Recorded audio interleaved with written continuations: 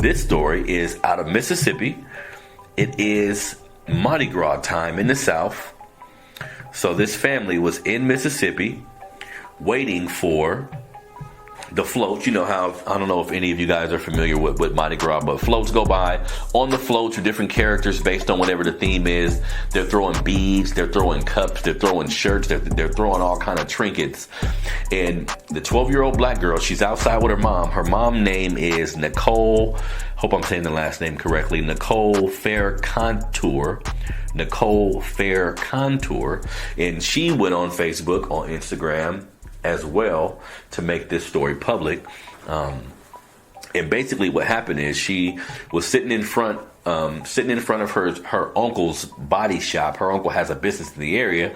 They're sitting in front of the body shop. The float goes by. A white man calls her 12-year-old daughter over to the float. He hands her, and this is some crazy shit, family. He hands her a black doll, a little black doll with a noose around its neck. Now the young 12-year-old girl isn't quite sure what the doll is yet. She grabs it. She's thankful. She clutches it, puts it to her chest. When she's running off, he calls to her and says, "Hey, that's you. Do you get that? Do you hear what I'm saying?" So he gives her a black doll with a noose around the neck. And as she's leaving, he calls over to her and says, "Hey, that's you," just to make sure she understands that noose around your neck, black girl. That's a picture of you, basically. That's who your people is. You feel me? So that's some real crazy shit, family. Now, in the area, because the mom made a big mess out of it, the mayor got involved. Of course, like there's always some type of damage control shit going on. But the mayor got involved, and they're basically saying this man, they haven't identified who he is yet, can be charged with a hate crime. They are going to attempt to charge him with a hate crime. You feel me? And that's rightfully so. But again, I picked these two stories for a specific reason, family.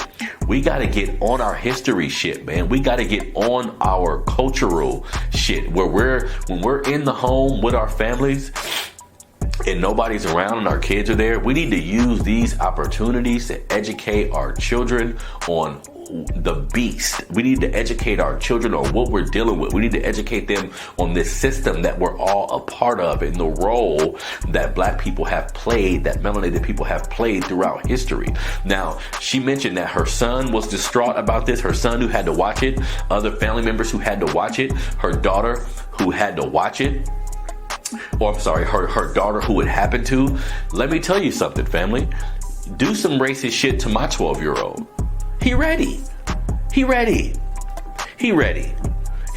How he is going to digest the information is going to be much different than a child who doesn't know anything about white supremacy or anything about our history or anything about how conniving and dirty some of these low-down white supremacists can be, because they're trying to get to the point where they understand why this white man gave her a fucking doll with a noose around the neck, but ain't no reason. He can play the naivete shit and act like he didn't know or he don't know what's going on, but that's bullshit. I don't believe that or agree with that by any stretch of the imagination. He knew exactly what he was doing. That's why when she was leaving, he said, "That's you." He could have just gave her the doll and let her go about her way, but he wanted to know, no, little nigger girl, this is your ass. You feel me? So again, that's an unfortunate situation that shouldn't have happened, and I'm happy the mother is standing up and wanting to see justice served.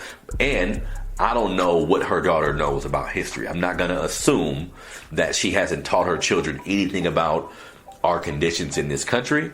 However, this shows me how important it is, how imperative it is for all of us, everybody that's black in this country. You need to, if you haven't done it yet as an adult, you need to begin teaching yourself about the different racist factions of this country and how institutionalized racism works. It's covert now. It's not as overt as it used to be, family. The blind eye sometimes can't even see some of this shit that's been going on. So y'all need to do your best to wake your third eye up so when some shit like this happen, you and your family can be prepared for it. So like I said, I'm not going to say the sister hasn't prepared her children by talking to them about racism and different things that go on. I just know that it's important and it's something that we should all do. You feel me? So like I said, this Saturday, Hidden Colors 5, great place to start. If you have not seen this movie, you know, I'm a real big advocate of course, I want all the adults to come and everybody from all walks of life, all ages, all colors even to a degree, right? But we really need to get our young people involved with this information.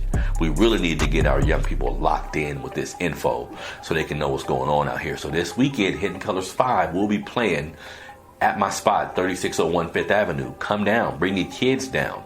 So if your kid get handed a goddamn doll with a noose on his neck, they'll be able to contextualize what they're looking at and not internalize it. You feel me? So look, those are the two news stories that I